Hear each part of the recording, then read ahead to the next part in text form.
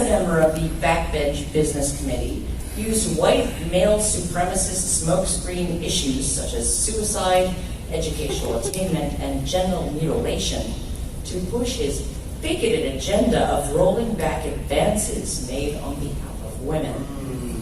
His disgusting and misogynistic statements during these sessions caused innocent female vagina-possessing Labour MP Jess Phillips to create, ban herself, and offer her smelling salts, and some minutes later demand cake.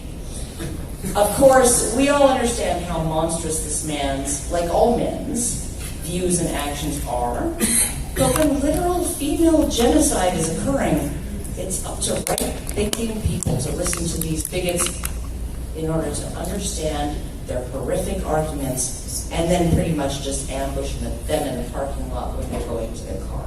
Yeah. Remember, the call for reasoned debate substantiated by evidence is over. We need now people who are willing to act to save women from murderous, misogynistic, and suspected racist bigots like our next speaker, UK Member of Parliament, and one of my favorite people in the entire world, Philip Davies.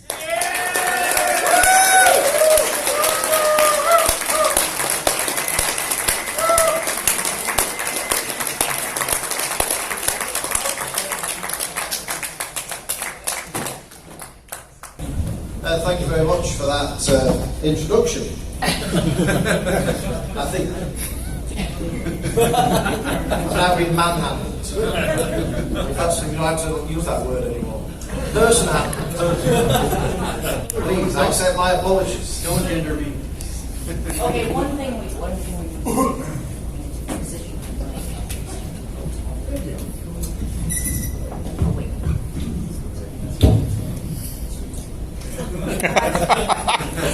Sorry. Goodness me, nobody told me that. Thank you. I'm delighted to be in Chicago to speak to you today about the battle against political correctness in the UK. And I'd like to thank you very much indeed for inviting me to do so. I found out that Chicago is a wonderful and beautiful city, and so I certainly commend you on your choice of location. My political hero, former British Prime Minister Margaret Thatcher, gave a speech here in America in 2003. In that speech, she said, "My friends, every generation has to fight anew the battle for liberty. In my generation, Nazism and then communism were the enemy, and they very nearly prevailed." And she went on to say, "America, Britain, and our allies have therefore the resources to prevail. But our governments will only have the will to do so if we Conservatives challenge false argument and determinedly resist what Solzhenitsyn once called the censorship of fashion." Now, you do not need to be a Conservative with a small or a big C to see that the false argument and the censorship of fashion she referred to were and are dangers we ignore at our peril. Margaret Thatcher specifically singled out the threat of modern-day feminism in that same speech. She was not a fan of feminism.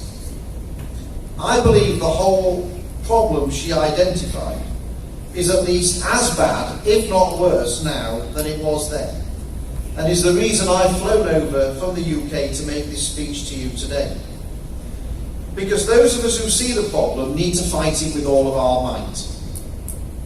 I make no apology for using the phrase militant feminists in this speech when discussing those we need to challenge, because I believe these feminists are fighting a war against men. A war which I did not ask for, and which I certainly did not expect to be conscripted into. And I want to be crystal clear that, as I have said many times before, my argument is only with a few. Not all feminists are militant. Some genuinely want to see equality. I have no argument with them at all.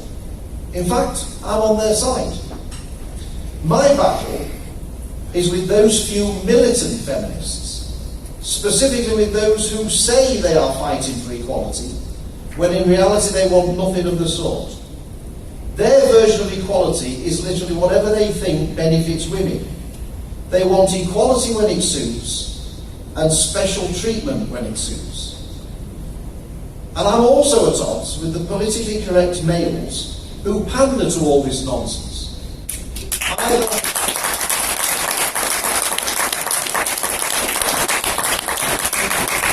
Either because they're too naive to realise what is actually going on, or much more likely because they don't have the courage to say that the emperor has no clothes. These few people seem to treat men and women as if they live on different planets, when in reality men and women live together and are inextricably linked. When it comes to the opposite sexes, women have fathers, sons, brothers, uncles, grandfathers, husbands, boyfriends, and so on. Likewise, men have mothers, sisters, aunts, grandmothers, wives and girlfriends. Women are also not a blob of similar thinking people, and certainly not one that needs or should have a mouthpiece claiming to speak for them. These feminist zealots certainly don't speak for all women, even though they often purport to do so. And most women do not want to be at war with men, nor vice versa, obviously. Unfortunately, however, the loud-mouthed minority are constantly turning up the volume and sadly being listened to by too many politically correct, tone-deaf politicians. It's bad enough that we have people with ludicrous ideas. In free-thinking societies, that is inevitable. What is unforgivable is the influence the tyranny of the minority is having over our great countries. Reason, common sense, and evidence are being thrown out of the window to enable these people to carry on their dangerous march unchallenged. I'm yet again reminded of Orwell's 1984, the philosophy of Big Brother. In 1984, there was the rewriting of history, the use of fear by a small minority to keep control of the majority, and newspeak and doublethink affecting thoughts and words. As I will go on to elaborate, this is not just a passing concern. These are some of the realities I believe we face today. Now, obviously, most of my experience comes from the United Kingdom. As a member of the UK Parliament, I seem to be confronted by the march of political correctness on a frighteningly regular basis. Those of you who are from the UK or follow the going-ons there will know what I mean. But I know this is a problem we have in the Western world generally. Unfortunately, we also seem to be spreading it around the rest of the world too, to other countries where we have influence. Whilst we have political correctness to do with everything that comes under the equality and diversity umbrella, one of the biggest problems as I see it is currently militant feminism, and that's what I want to focus on today. At a previous incarnation of this very conference in the UK, I talked about women and the criminal justice system, and how for every category of offence, a man is more likely to be sent to prison than a woman for committing the same offence. It caused a bit of a stir, although I can't think for the life of me what I said that was so controversial. If speaking some home truths causes such a rumpus, then we're probably in a worse state than even I thought we were. As Orwell said, freedom is the freedom to say that 2 + 2 makes 4. If that is granted, all else follows. But I'm not sure things are as simple today as they should be in that respect. This also neatly demonstrates Orwell's use of fear by a small minority to keep control of the majority. If they slap me down hard enough, they hope others won't come forward to say the same thing. And by smearing me personally, they hope people will discredit what I say. Then, they will get their way. Sometimes the few create such a hype that everyone feels the need to join in regardless of their actual personal views on the issue. Some feel they must be seen to be publicly against whoever is being portrayed as the politically incorrect baddie. In fact, following my earlier speech to this conference, Jeremy Corbyn, the leader of the Labour Party, called on Theresa May, the then Prime Minister, to suspend me from the Conservative Party for making comments which he said were deeply sexist and showed utter contempt for women. Now, obviously neither Jeremy Corbyn, nor anyone else for that matter, could actually point to anything I had actually said that was sexist or showed contempt for women, because of course I hadn't said anything of the sort. But when do these people ever let the facts get in the way of a good attack on someone challenging their cosy consensus? That whole justice gender gap issue came about because I was constantly being told in Parliament that women were being treated more harshly than men in the criminal justice system. I was appalled and wanted to do something about it. It was wrong that women were treated more harshly just for being women. However, after considerable research, using the government's own figures, this assertion unsurprisingly turned out to be a huge myth. On every level, as I spelled out, it was very clear that the opposite was true, and it was women who were and still are treated more leniently. I keep making the same argument that men and women should be treated the same, not something that most people disagree with, apart from, of course, those in positions of power, and the few I've talked about who seem to have their ear, unfortunately. At least hardly anyone is saying now that women actually are being treated more harshly in the criminal justice system, so that's one small victory, I guess. Although there is no major call for women to now be treated equally from politicians, I can tell you. Just the other day in a debate in Parliament, a female MP suggested that women should in fact be treated more leniently simply because they are women. Bearing in mind that this is even more leniently than they are already being treated, as all the figures show is the case, this demonstrates precisely what I've been saying, that some advocate equality, but only when it suits. Rather like flipping a coin, where heads women win, and tails women win too. This particular MP went on to say, it's not discrimination to treat women offenders differently, it is a recognition of the different factors that contribute to women ending up in prison.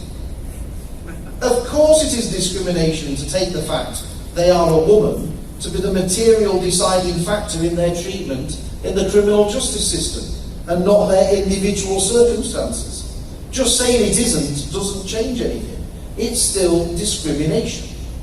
Rather like putting the word positive in front of the word discrimination, to make it sound nice, when discriminating against, for example, men when it comes to jobs to ensure there are more women.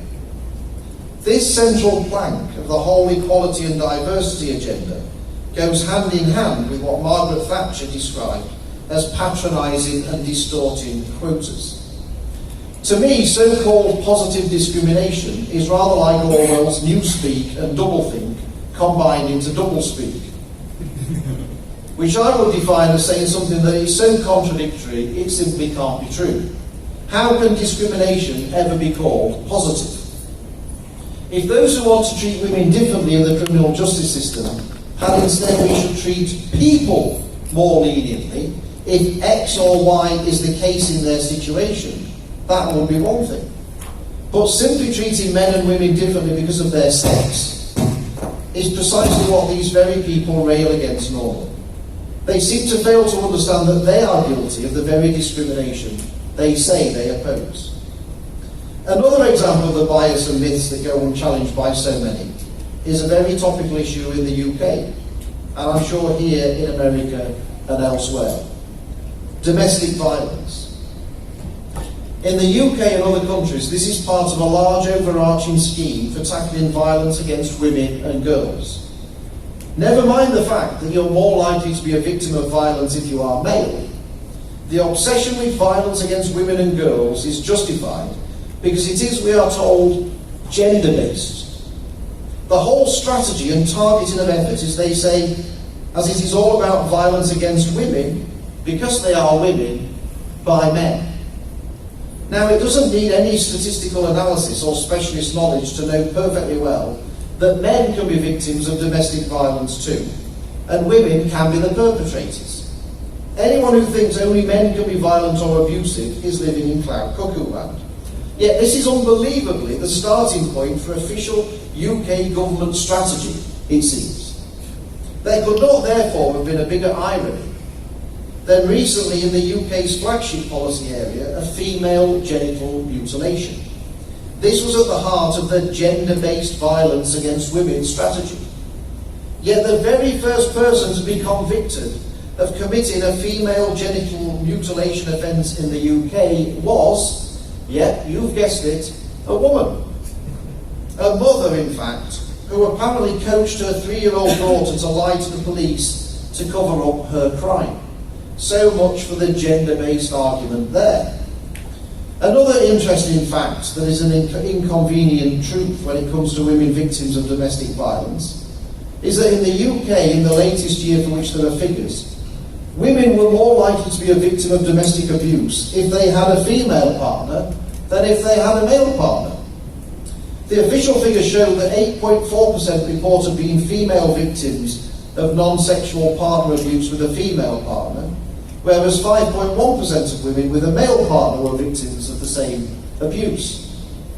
Based on these figures, I make it that you are over 1.5 times more likely to be a victim of domestic violence as a woman in a lesbian relationship than a woman in a heterosexual relationship.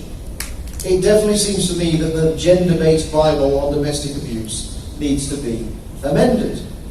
Just for completeness, 5.1% of men with a male partner reported being victims of non-sexual partner abuse. In other words, men were exactly as likely to abuse a man as a woman, according to these figures. Yet a further chink in the gender-based violence theory. Another thing on domestic abuse which flies in the face of the feminists' asserted theory is as a result of a question asked in the British Crime Survey. That was, how acceptable is it for someone to hit or slap their partner in response to their partner having an affair or cheating on them? In 2017, more women than men said it was always, mostly, or sometimes acceptable.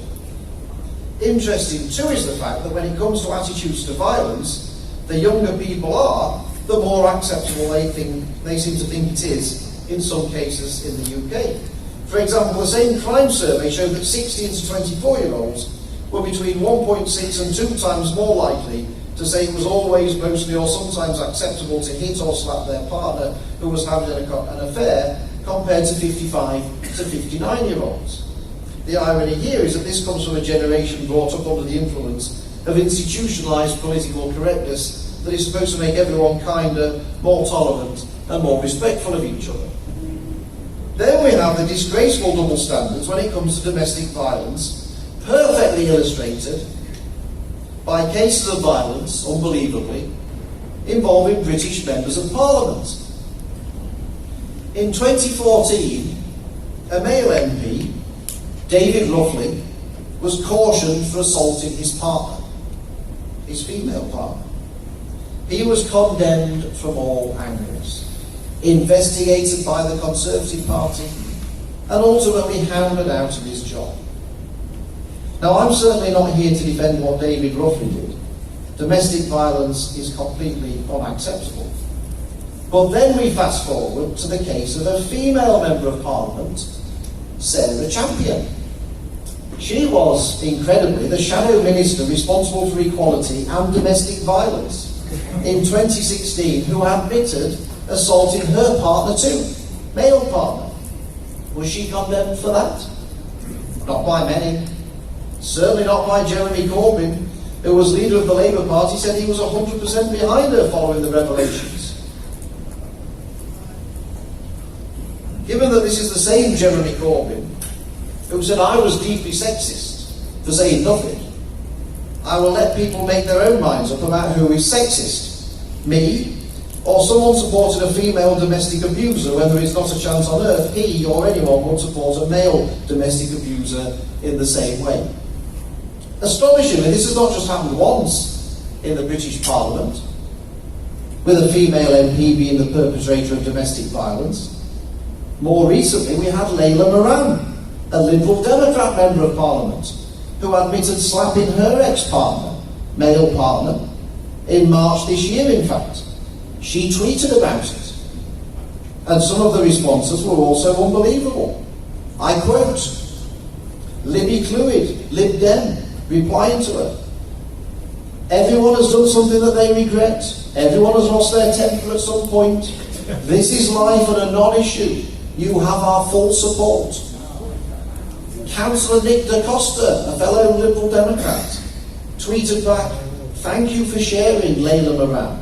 It's very brave of you to do so. And you are an inspiration." Inspiration. Not only was she congratulated, but was at the same time urged to become the leader of the Liberal Democrat Party. This hypocrisy is breathtaking. When the BBC featured the news of David Ruffy's case, one of their political editors said, "A caution for assault cannot be overlooked." The reality, however, in politics seems to be that it can only not be overlooked if you are a man. Female MPs are often claiming the whole political system is unfair towards women. I disagree with them about that. Yet I certainly did not notice their clamour for equal treatment here. Another downside of being a man, it seems, is when it comes to a relationship breakdown and there are children involved. This is very concerning to me, and I've heard horrific stories where children have effectively been dragged into a tug of war, and on occasions a very one-sided one at that. I'm certainly not saying that it's just women who do this, but I think it's fair to say men are on the receiving end in many cases. Some women are perfectly capable of being manipulative and vindictive, and I feel very sorry indeed for fathers subjected to this treatment.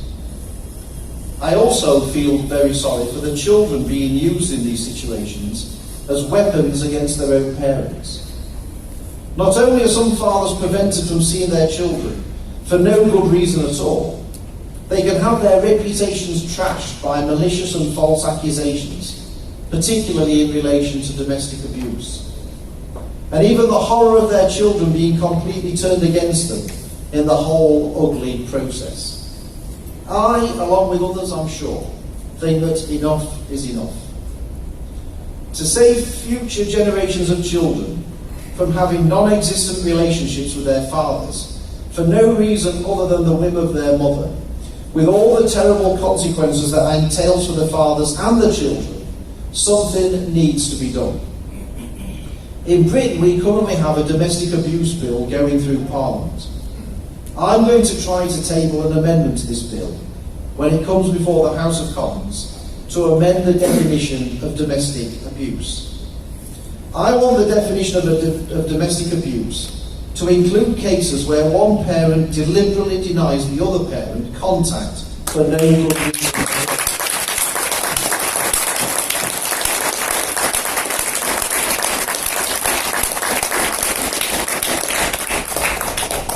As far as I'm concerned, this is just as abusive as some of the other listed abuse, causing significant distress, upset and harm. In some cases, the harm is so bad it can tragically lead to suicide. Anyone in Parliament who allows this recognised situation to continue without trying to do something about it should be ashamed of themselves. I also want to table a further amendment to include false allegations of domestic abuse as domestic abuse in its own right.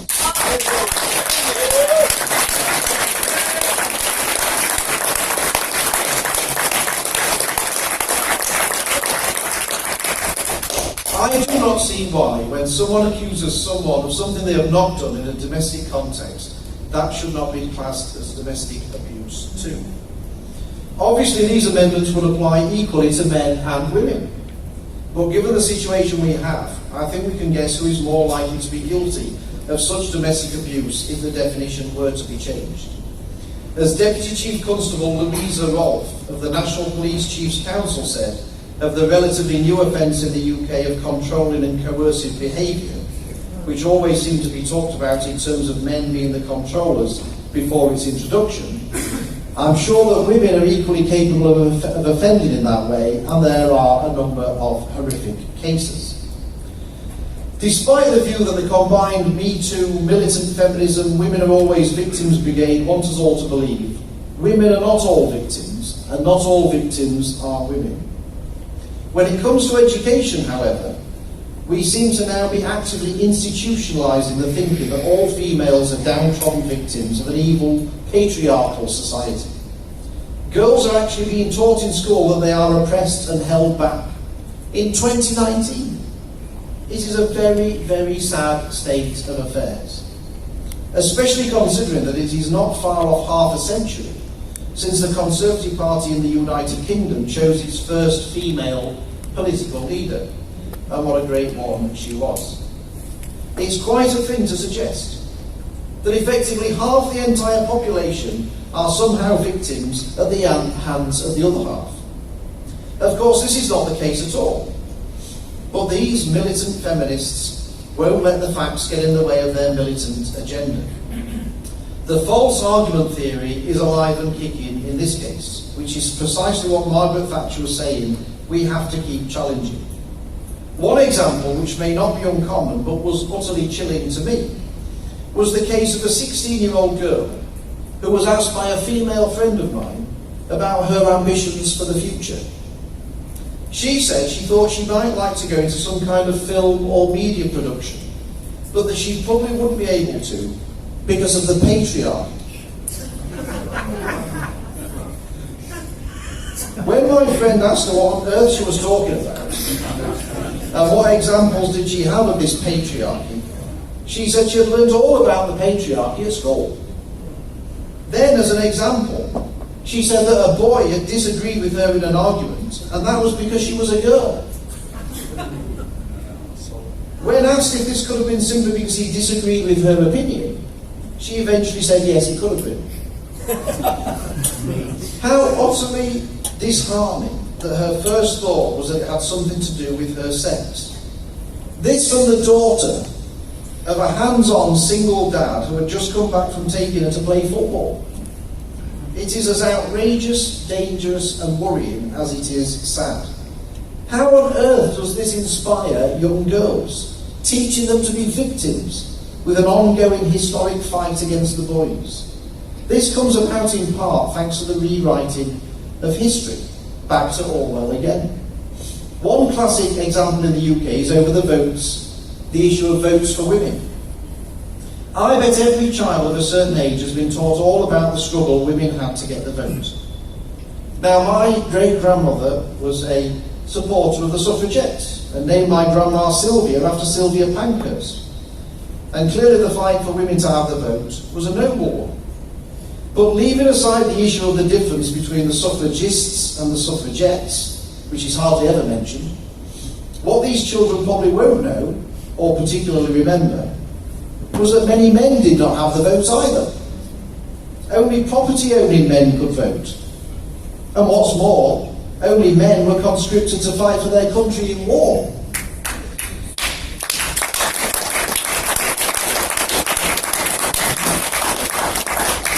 Some of the very same men who also did not have the vote, for that matter. I'm not sure men fighting in the First World War with such a huge loss of life was always mentioned in the context of the feminist narrative of portraying brave women fighting against men for a vote. This would not, of course, fit with the militant feminist version of history, with women always as victims. If we rewrite history like this, we are getting into very dangerous territory indeed.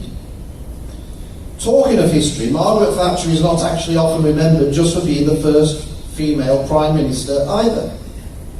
Her legacy is much more about her ideology, what she was for and what she was against. Whether you agree or disagree with Thatcherism, it is that, what she believed in, not the fact she was a woman, which is her lasting achievement and her legacy. She was concerned about the fight for freedom, wherever this was threatened, and against all the isms that seem to have caused so much trouble over the years.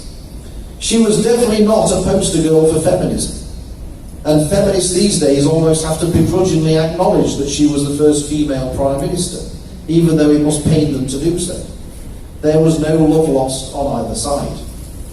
My country's recent experience of another female Prime Minister, in Theresa May, will again be subject to interesting reflection in our history books. Her abject failure in office and failure to leave the European Union as voted for by the public will most probably eclipse the fact that she was the second female Prime Minister in the UK. Personally, I couldn't care less if she'd been the second or the 22nd female Prime Minister of the UK, as I'm not interested in any politician's sex. I'm only interested in their political views. I really think we will only have true equality when we don't even think about someone's sex, and it's not something that defines them. And the sex tick box certainly needs to go. I believe those who perpetuate discrimination against men in this day and age in the name of so-called equality are at least as guilty as those they themselves will blame for past perceived discrimination. They know full well what they're doing and encourage it. Never mind talk of unconscious bias. This is a very clear conscious bias against men, and it's wrong. When I spoke at this conference in 2016 and was attacked by the militant feminists afterwards, the chief executive of the Fawcett Society in the UK said, "Philip Davies is a man with form on these issues. Tragically, in 2016, he sounds increasingly anachronistic and at odds with many in his own party, including the Prime Minister herself. Perhaps he should lend his support to Trump's presidential campaign."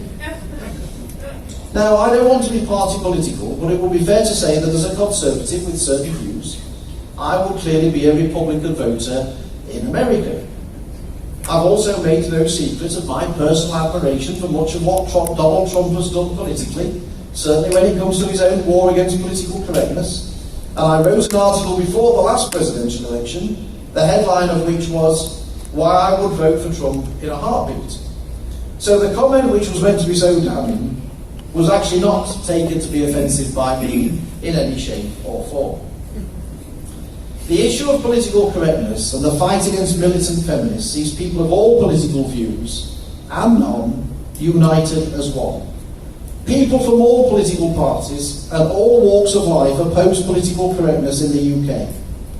I've been involved with the campaign against political correctness across the pond, which was set up to fight political correctness before I was elected to Parliament in 2005. I went on to become its parliamentary spokesman. Funnily enough, the campaign had many requests from Americans to branch out over here when it started. There is the very serious side to political correctness, for all the reasons I've mentioned today. Yet we British, amongst others, do still have a cracking sense of humour on the whole. Also what could be described as black humour sometimes. I hope that is never lost, as having the ability to laugh at yourself or situations is a great way to cope with the madness that seems to go on around us. My constituency office has a stash of politically correct scrapbooks, which are illustrated books poking fun at political correctness, sort of on the basis that if you didn't laugh, you would cry. There are two different books, the politically correct scrapbook and the second politically correct scrapbook, one of which I have with me here today. So if anyone fancies buying them, the details are on my speaker page. One of my most memorable experiences mentioned in the book was when I was working for a large supermarket chain in the UK called Asda, owned by Walmart, for those of you who are American. When a customer phoned in, I used to manage the call centre, the customer call centre, and the customer phoned in to complain that we were being racist to Irish people because we sold thick Irish sausages.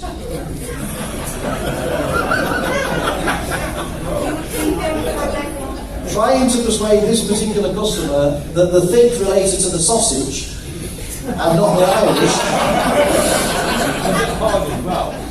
was, I'm afraid, an unequal task that I was not up to. She was having none of it, I can tell you. Now, these sorts of things can easily be laughed off, but the serious side is not so easy to disregard, nor should it be. Political correctness genuinely affects people, some very significantly, and fighting back is the only option. One day, I hope, we will see a return to common sense. Now, I started with a quote from Margaret Thatcher, And we'll end with another of her quotes from the very same speech she made here.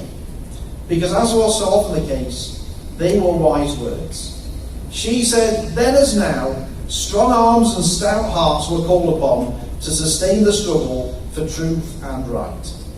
I, for one, will continue to fight for the truth and what I believe is right, no matter what others try to throw at me.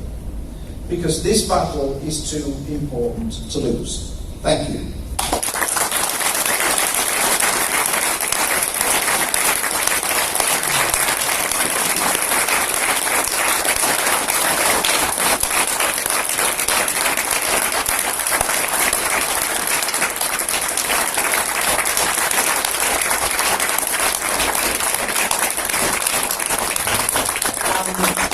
Okay, so what I'm going to do is I'm going to, because we have about 5 minutes or so. So anybody who is going to get behind the mic and they're just going to spout off about how, what I'm going to say, essentially, that it's actually really, really amazing to see somebody who is risking political death, to actually do and say what they believe and what they feel is right.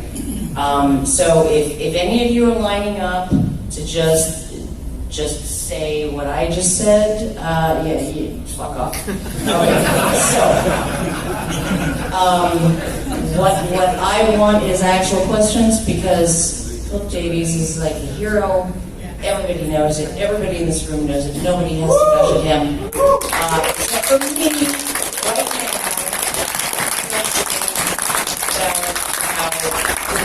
Unbelievably brave man. There are so few of these men in politics who are willing to stand up and actually just speak what's right and stand up on behalf of men. So many on behalf of minorities, marginalized people, whatever, but almost never on behalf of men.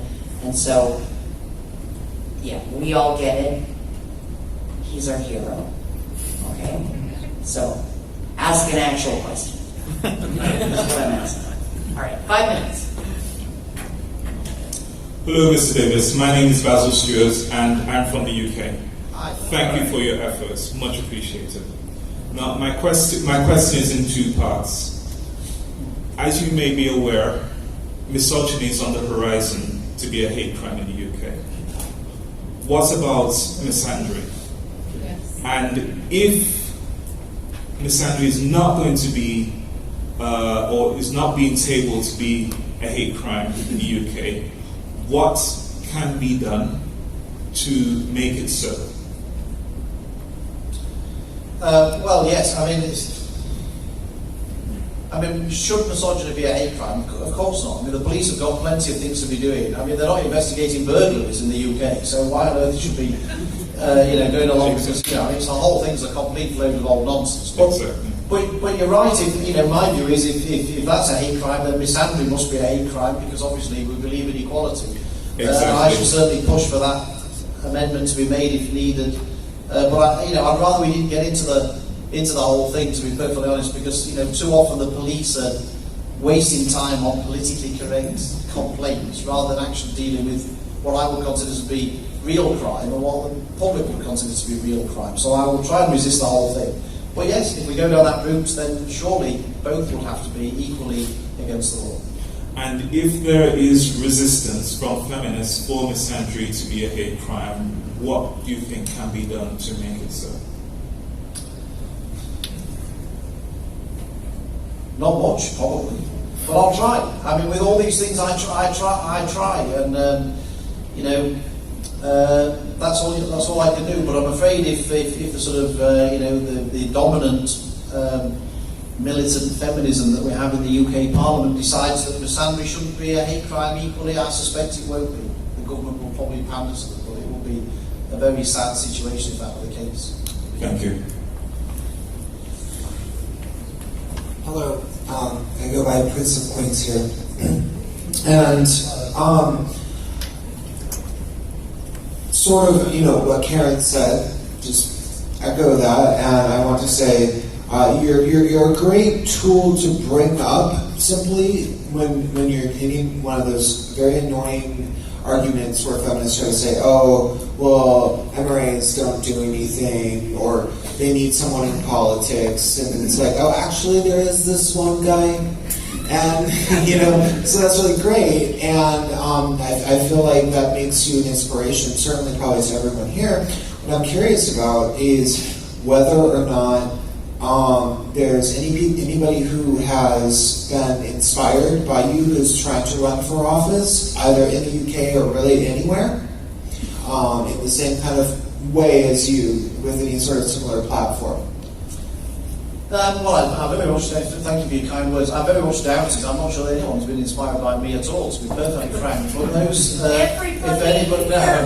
But if anybody is inspired by me politically in the UK, my advice to them is not to say so. Because that will be, where are they going to go? They're not going to get anywhere. No political party is going to take them on. So I hope if they were, they keep it to themselves. That's what my advice to them would be anyway. All right. Thank you. Thank you. Hi. So I only learned about you 2 or 3 years ago when you were fighting that bigot, and my question is coincidentally juxtaposed off of his. So how did you get elected with your views? Did you just kind of spring it on them, or no? I mean, because it's got us. It's easier to eat an alligator with a plastic fork than do to Were do. you sneaky? Yeah, how do you stay elected, and how did you start in the first place? I think it's fascinating. So that's all. I just wanted to know that. Well, there's two parts to it. Look, the first part is that I don't get elected because of me. I mean, I get elected because I have the word Conservative after my name on the ballot paper when it comes to an election. That's why I get elected. But look, the point is this, is that the reason, but the serious side is, the reason why I get re-elected is because people agree with me. The overwhelming majority of the silent majority out there in the country, they agree with me. And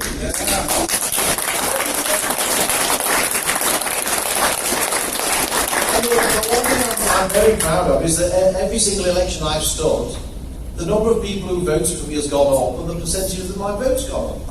So by just speaking out and saying things which I think are common, I don't think I've said anything today again that's in any way controversial. And I think the vast majority of the public, whether it's in the UK or the US, would just think it was common sense. It's only a very, very small, vociferous minority that seems to think it's in any way controversial. And they only say it's controversial because they want to shut the debate down. They don't want anyone challenging their narrative. So it's very easy to get elected with my views because they're the views of the vast majority of people in the UK. Thank you. One more. Okay. Oh, And you better, no. We only have time for one more, and you better make it quick. I'll be quick. All right. Thank you, first of all. It's a question about the BBC. I'm curious. I remember you were to be featured in a BBC Three comedy show a while back, and that didn't come to pass. And the last I heard, you had written to, I think, somebody high up in the BBC about your treatments. I'm just curious if you've anything to say about that. Yeah, well, the BBC is again another institutionally left-wing organisation, which I have many run-ins with over the years. There was a so-called comedy show that I think was, I didn't see it, to be perfectly frank. Somebody pointed this out to me, which basically just said stuff which was completely untrue. And the BBC, to be fair, did apologise and accept that what they said was inaccurate. But I mean, look, I think it was Winston Churchill who said that a politician who complains about the media is like a captain of a ship who complains about the sea. You just got to get on with it, really. I don't mind. And the thing is, the way I look at it is that I take inspiration from people hurling abuse at me. Because I think if they're that bothered about what I'm saying, they're hurling abuse at me, I must be doing something right. You know, I must be making some impact. If they feel so threatened by what I'm saying, they've got to hurl abuse at me. So whenever people hurl abuse at me, I tend to thank them and say, thank you for inspiring me to keep going, because while ever you keep hurling abuse at me, I know I'm onto something, and I know I'm on the right track. And I think that's the best way to look at these things when you get abuse, whether it's from the BBC or whoever. Because if you weren't making any impact, they'd just ignore you. So the more abuse I get, the better. Thank you.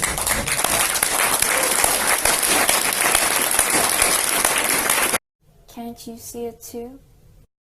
There's an elephant in the room.